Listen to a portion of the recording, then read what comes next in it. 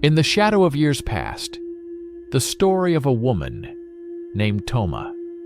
In everyone's life, there are moments that seem predetermined, like stars in the night sky pointing the way.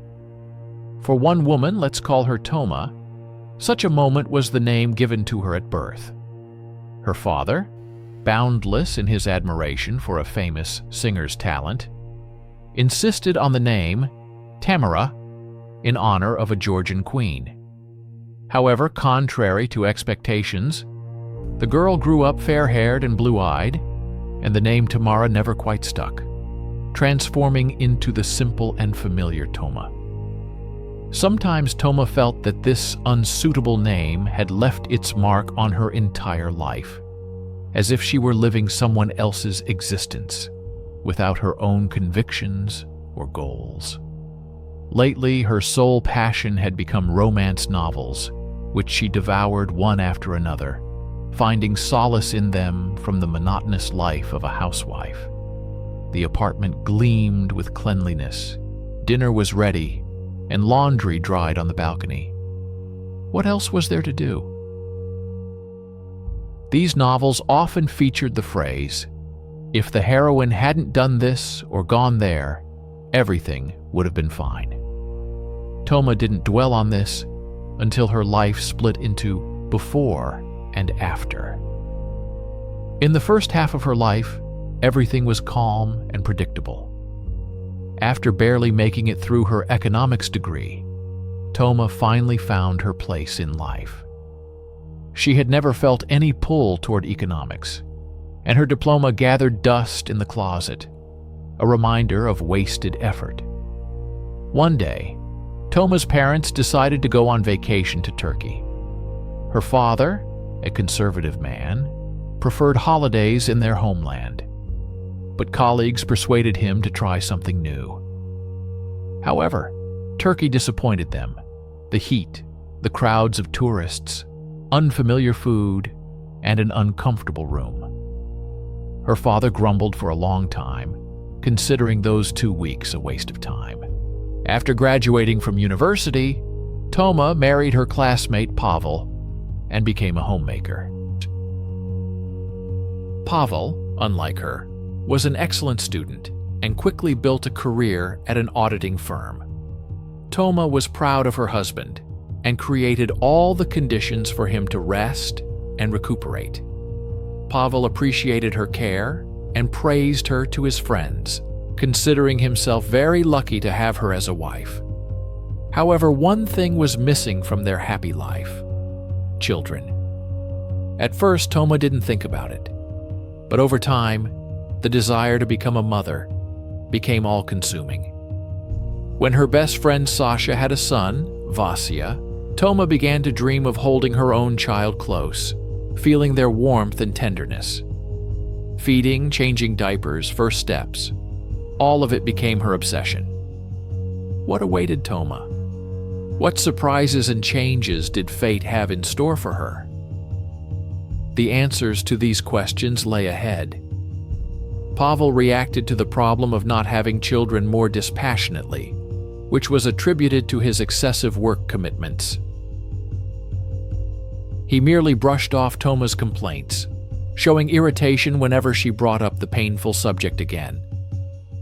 Toma, secretly from her husband, underwent examinations with various medical specialists, who assured her of her complete health. "Yes, everything's fine except I can't get pregnant," she thought bitterly. Her only consolation was that she still had time before turning 35. "We'll see then," her mother used to say. Toma's mother, Elena Viktorovna, unlike her father, felt an inexplicable aversion to Pavel, despite no obvious reasons. Her son-in-law didn't drink, wasn't abusive, was hardworking, financially stable, and wasn't known for any affairs. Yet, Elena Viktorovna still didn't feel warmly towards him, finding his laugh too thin, his voice too ingratiating, and his gaze unblinking and distant. "He's so self-contained, so cold," Elena Viktorovna mused, but preferred to stay silent. After all, her daughter lacked nothing, and seemed content. She smiled at her son-in-law, praised him, but deep down, she didn't accept him. Pavel sensed this and responded with the same polite wariness. On that fateful day, as she polished crystal and aired out winter clothes on the balcony, Toma couldn't shake thoughts of children. She imagined the walls and shelves adorned with photos of happy little ones. Cleaning always brought her pleasure. She enjoyed opening closets, sifting through items, putting them in their places, and getting rid of unnecessary clutter. As she filled trash bags with old magazines, unwanted papers, out-of-fashion clothes, broken pens, dried-up shoe sponges, and other silent witnesses to her shared life with Pavel, she felt a lightness, liberating space for something new. A promotional brochure caught her eye as she enthusiastically sorted through Pavel's cluttered shelf in the built-in wardrobe. It was utter chaos there. Toma always wondered how such a tidy person in dress and business like Pavel managed to create such a mess on his shelves. To find socks or underwear, he would carelessly rummage through everything and then shove the colorful pile back, turning neat stacks into a shapeless mass. The brochure was carelessly tucked into a stack of laundry, wrapped in a blue t-shirt with a geometric pattern. At first, Toma wanted to crumple the paper and throw it away, but suddenly, an unpleasant premonition pricked her, and she unfolded the flyer to read the inscription.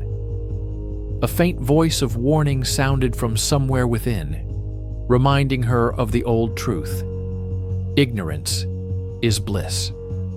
But her hands unfolded the bright, colorful paper on their own, and her eyes fixated on the letters. The cheerful and flashy brochure invited guests to relax with taste at the Forest Fairy Tale Resort. Luxury suites, a restaurant with gourmet cuisine, a pool, sauna, billiards, disco, tennis court, and other entertainment. The pictures showed fabulously rested ladies with unreal photoshopped figures and white-toothed young men with porcelain smiles.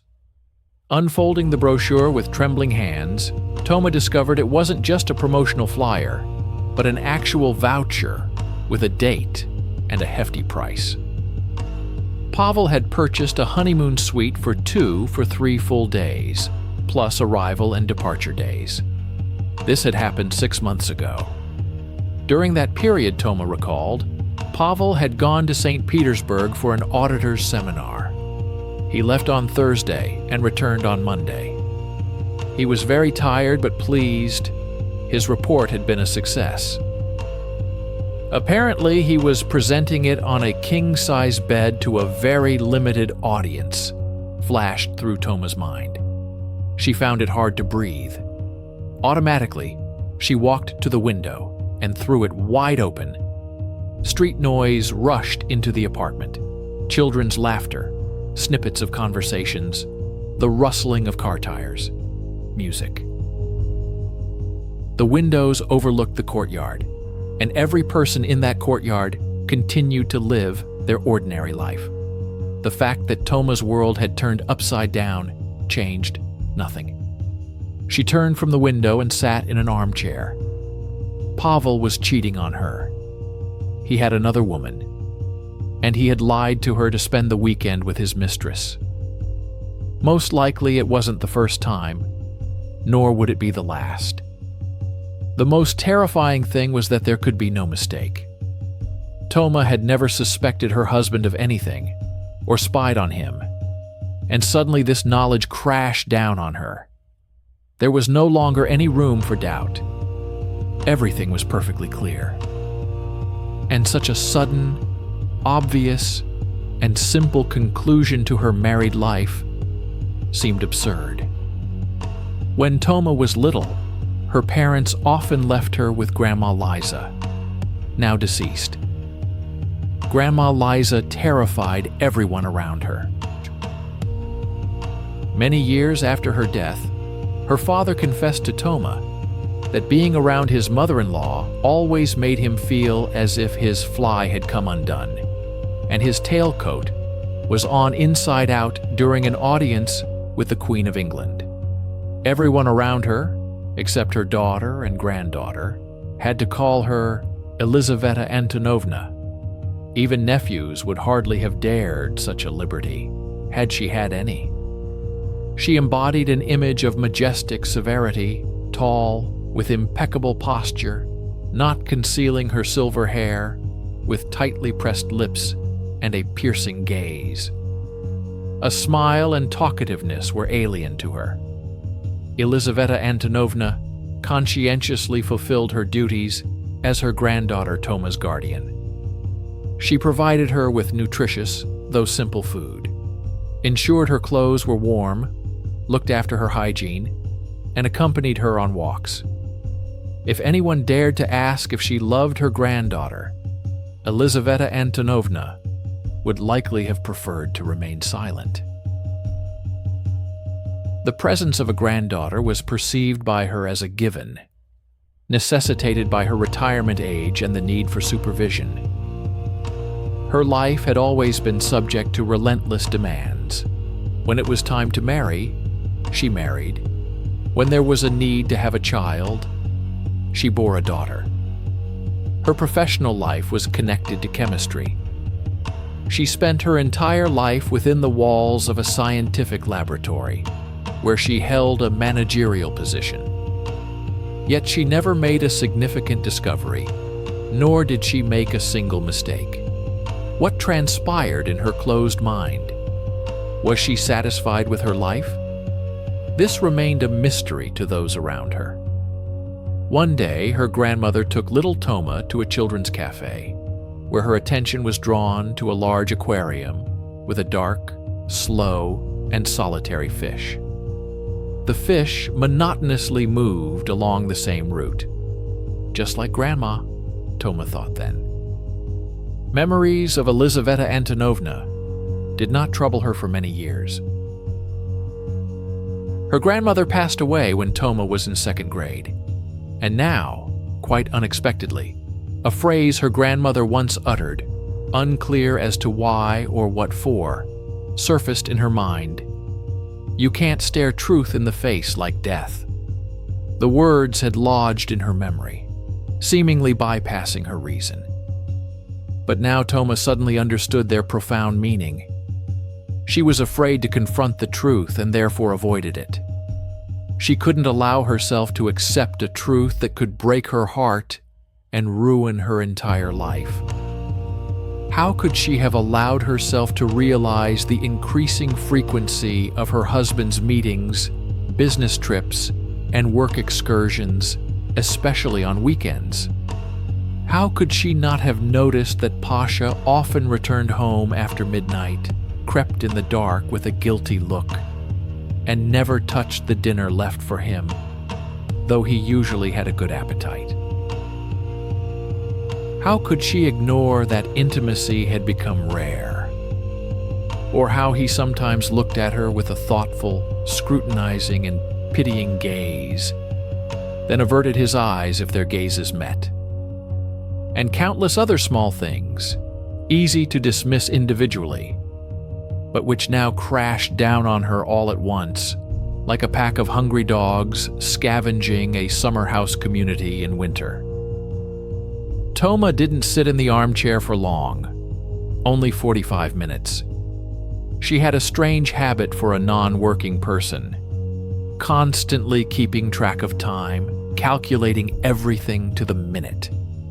Where was she rushing? Why this absurd punctuality? But she couldn't shake it, even now. Sitting down in the armchair and getting up from it, Toma automatically noted the time. Her mind was empty and ringing, her hands frozen. She could neither think nor suffer. A phone call seemed to shatter the glass cocoon surrounding Toma. It was her husband. What did they talk about? She wouldn't have been able to recall even under torture. But she answered, listened, even laughed, and after hanging up, she made a decision. She won't tell Pasha anything.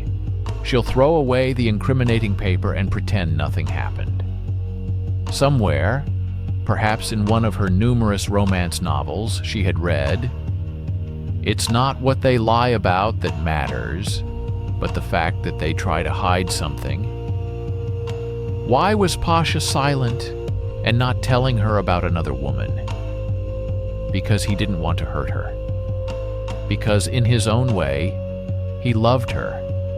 Because he wasn't going to leave her. That was the only thing that mattered. If that other woman truly mattered to him, he wouldn't lie, he would tell the truth. I love her, and I'm leaving. But he was silent. He wouldn't destroy their family. This was just an infatuation. And infatuations pass. A wave of relief washed over Toma. Yes, she felt bitter, bad, and hurt right now, but she could endure it. Yes, she would have to swallow her pride. But what was pride compared to family happiness? It was a prejudice, and nothing more. Only by remaining silent could she save her marriage. And financial stability and status, a tiny voice whispered deep in her consciousness. Yes, Toma fiercely answered the voice. And that too. What's wrong with that? She had spent years creating comfort, nurturing their union. She did everything to be a good wife. Her life was only in this.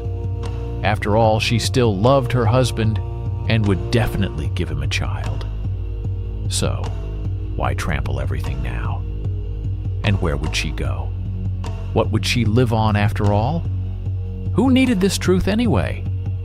Pasha would get it out of his system and realize that family was the most important thing in his life. He already understood that, it seemed.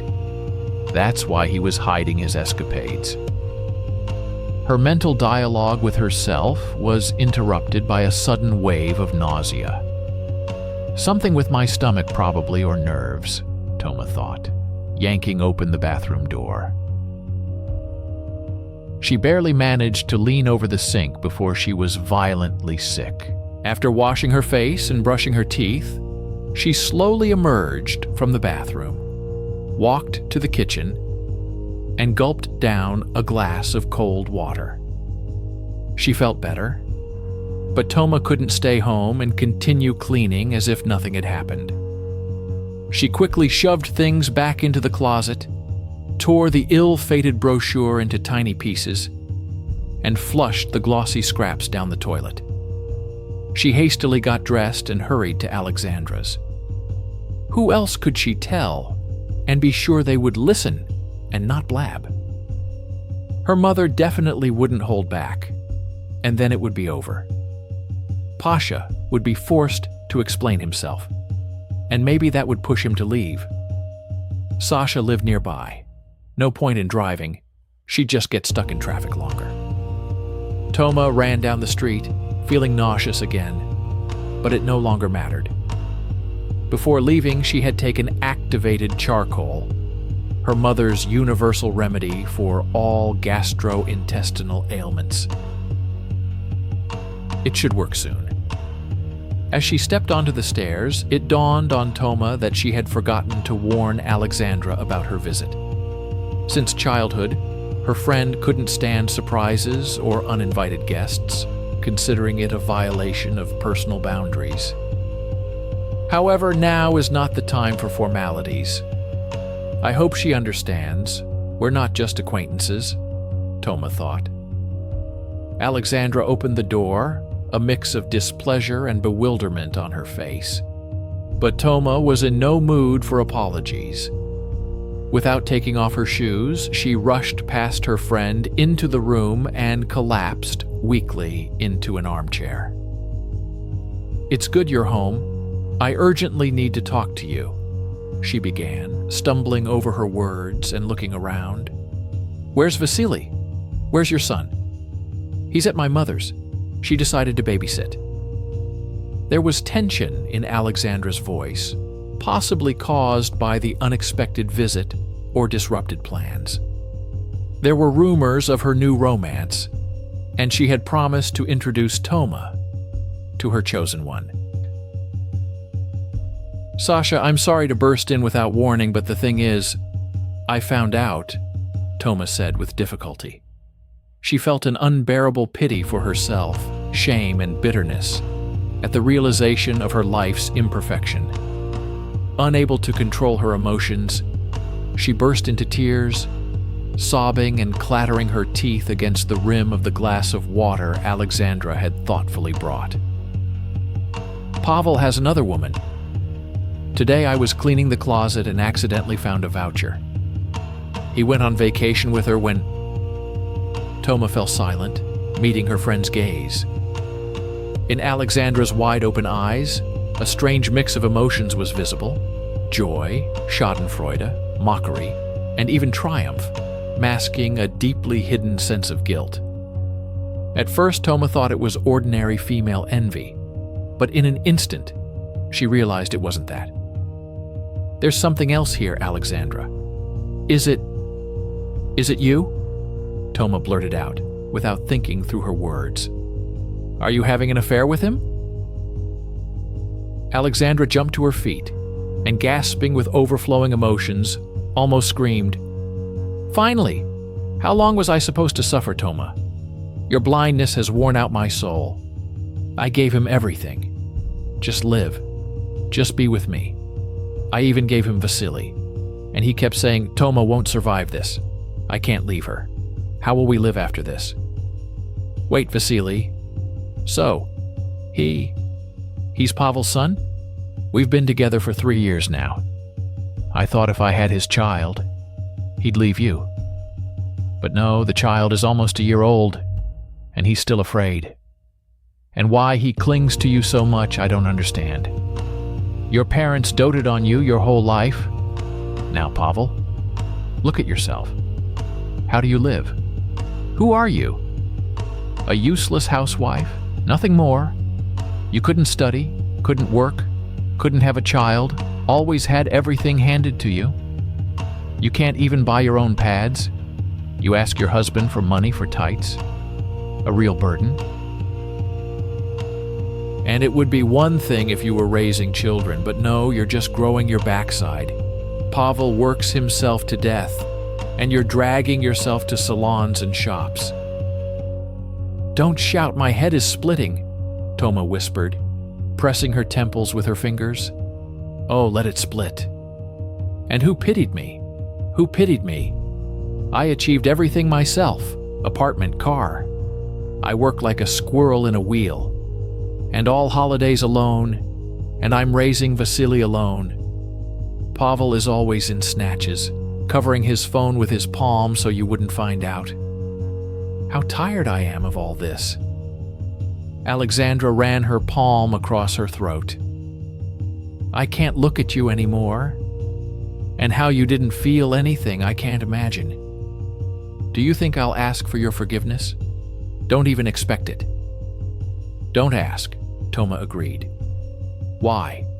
You have a son." "Exactly, we have a son. I'm his real wife. I gave him a son. And what about you? Actually, I liked him back in college, but you're the beauty. From a good family. Mom and Dad got you into school, dressed like a doll, the only daughter in the family. How could I compete with you?" "Don't shout, Alexandra," Toma pleaded again. Her friend's hatred deafened her, like a blow. "If you hated me so much, why were you friends with me? We've been together so many years and you never showed it. I didn't always feel that way about you." Alexandra exhaled and spoke more quietly. "And anyway, it doesn't matter. Enough. I don't want to talk about it. Thank God everything resolved itself, and you found out the truth not from me. Otherwise, Pavel wouldn't have forgiven me, although perhaps he deliberately left that voucher in plain sight." Alexandra smirked maliciously, and Toma flinched as if slapped. "He's probably fed up too. Now everything will be different. He'll divorce you, and we'll get married. We'll raise Vasily together. I'll even give him a daughter. He always wanted a daughter." A sudden wave of sleepy fatigue washed over Toma.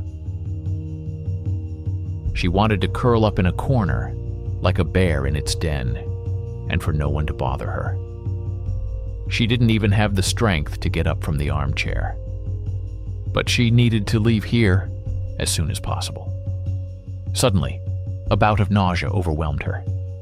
She jumped up and ran to the bathroom, hands pressed to her mouth. Her friend followed her with a keen gaze. Right, I need to hurry with the divorce, or something else might happen, she thought. Toma came out of the bathroom and stopped in the doorway. Out of habit, she glanced at the wall where the clock she had given Alexandra for New Year's usually hung.